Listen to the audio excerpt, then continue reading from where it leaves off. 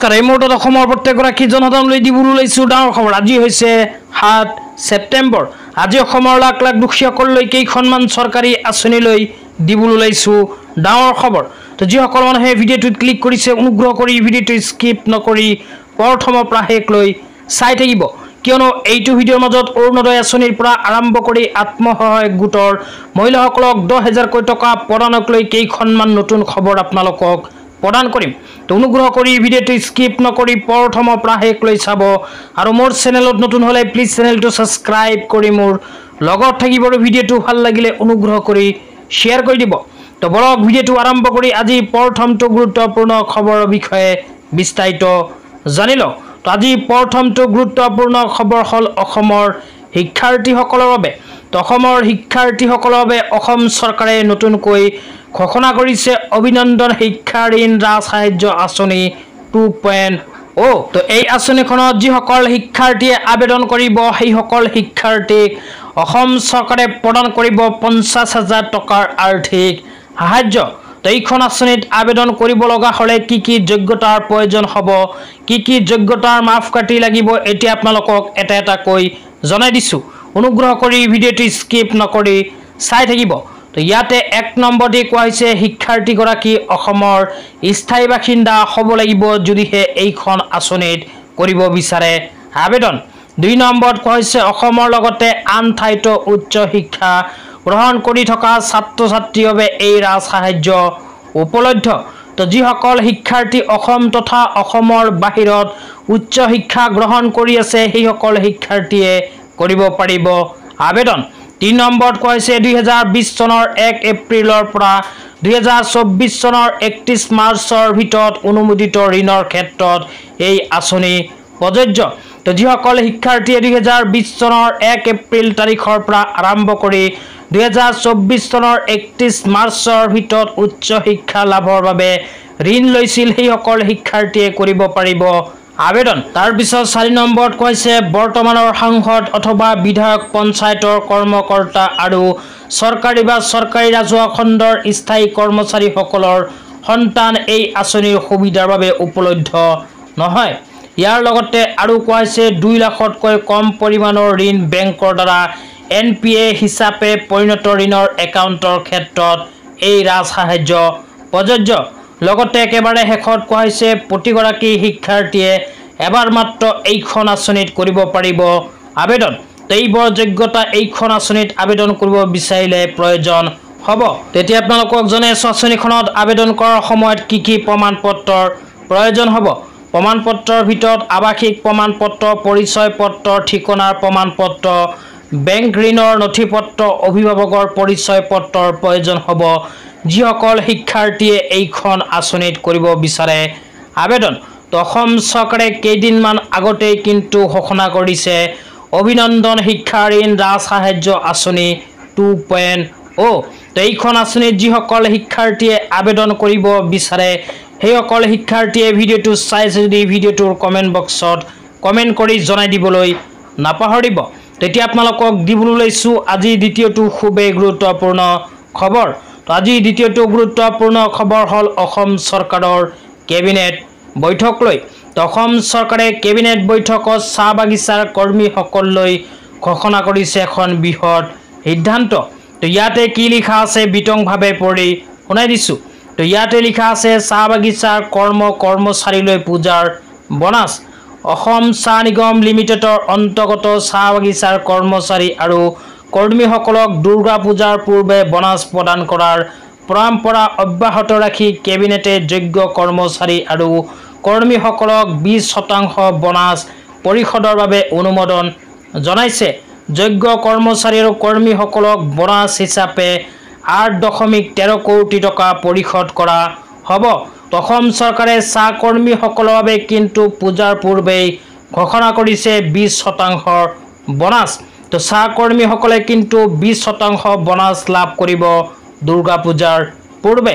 তেতিয়া আপোনালোকক দিবলৈ লৈছোঁ আজি তৃতীয়টো খুবেই গুৰুত্বপূৰ্ণ খবৰ। তো আজি তৃতীয়টো গুৰুত্বপূৰ্ণ খবৰ হ'ল অসমৰ লাখ লাখ মহিলাসকলৰ বাবে।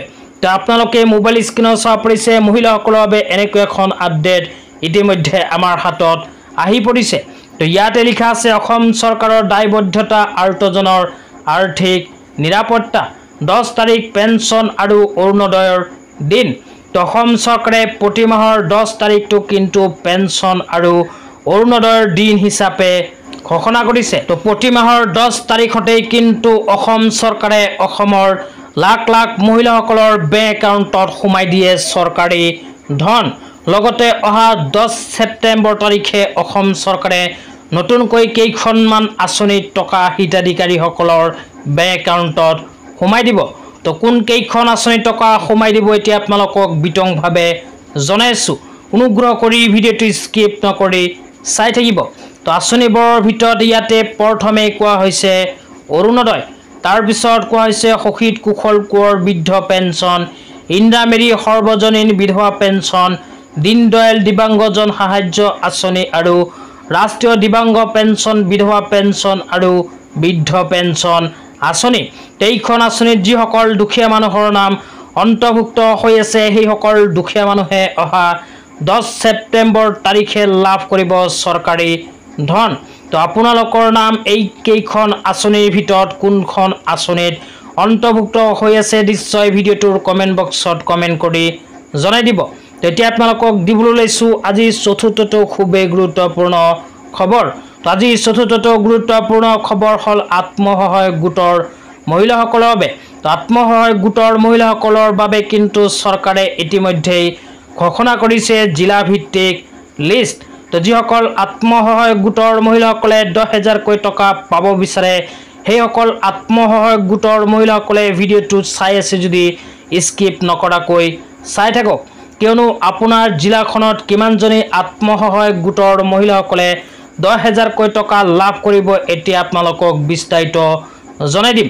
তো আপোনালোকে মোবাইল স্ক্ৰীনত চাব পাৰিছে অসম চৰকাৰৰ ফালৰ পৰা এনেকুৱা এখন আপডেট প্ৰদান কৰা হৈছে। তো ইয়াতে লিখা আছে boost to women force, the biggest ever initiative for women, Mukhyamantri Mahila Udyamita Abhiyan to benefit 39.67 lakh SHG member across Assam. Here is the list of beneficiary. তো বেনিফিচিয়াৰী লিষ্টটো এতিয়া আপোনালোকক জনাই দিছোঁ। প্ৰথমে কোৱা হৈছে তিনিচুকীয়াত 1,18,500, ডিব্ৰুগড়ত 1,40,000, যোৰহাটত 1,20,000, চৰাইদেউত 66,358, শিৱসাগৰত 89,000, মাজুলীত 33,426 গৰাকী। তাৰপিছত কোৱা হৈছে লখিমপুৰত 1,63,585, ধেমাজিত 1,11,722, কাছাৰত 1,45,000, হাইলাকান্দিত 64,011 গৰাকী। তাৰপিছত কোৱা হৈছে কৰিমগঞ্জত 96,771, তাৰপিছত কোৱা হৈছে শোণিতপুৰত 1,54,000, দৰঙত 1,42,577, নগাঁৱত 2,46,000, কাৰ্বি আংলঙত 86,126, ৱেষ্ট কাৰ্বি আংলঙত 41,240।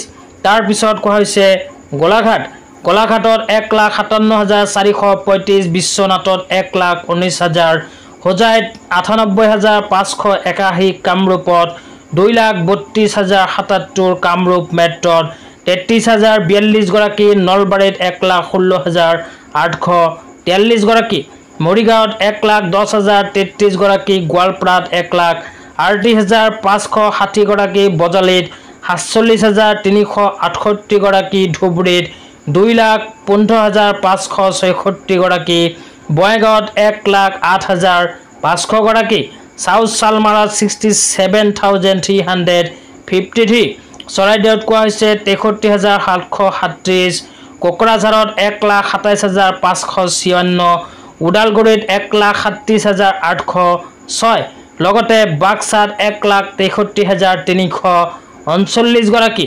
তো অসম চৰকাৰে গোটেইখিনি জিলাৰ মিলাই অসমৰ 39,42,663 গৰাকী আত্মসহায়ক গোটৰ মহিলাসকলৰ বেংক একাউণ্টত সোমাই দিব 10,000কৈ টকা। তো যিসকল মানুহে ভিডিঅ'টো চাই আছে আপোনালোকৰ জিলাখনত কিমানজনী আত্মসহায়ক গোটৰ মহিলাসকলে 10,000কৈ টকা লাভ কৰিব নিশ্চয় ভিডিঅ'টোৰ কমেণ্ট বক্সত কমেণ্ট কৰি জনাই দিব। তো আজি ইমানেই, ধন্যবাদ।